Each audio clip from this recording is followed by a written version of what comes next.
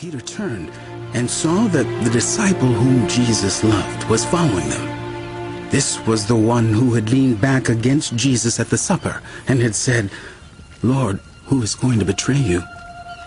When Peter saw him, he asked, "Lord, what about him?" Jesus answered, "If I want him to remain alive until I return, what is that to you? You must follow me."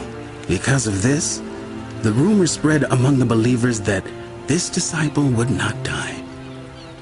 But Jesus did not say that he would not die.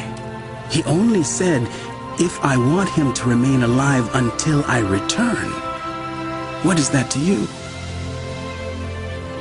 This is the disciple who testifies to these things and who wrote them down. We know that his testimony is true. Jesus did many other things as well.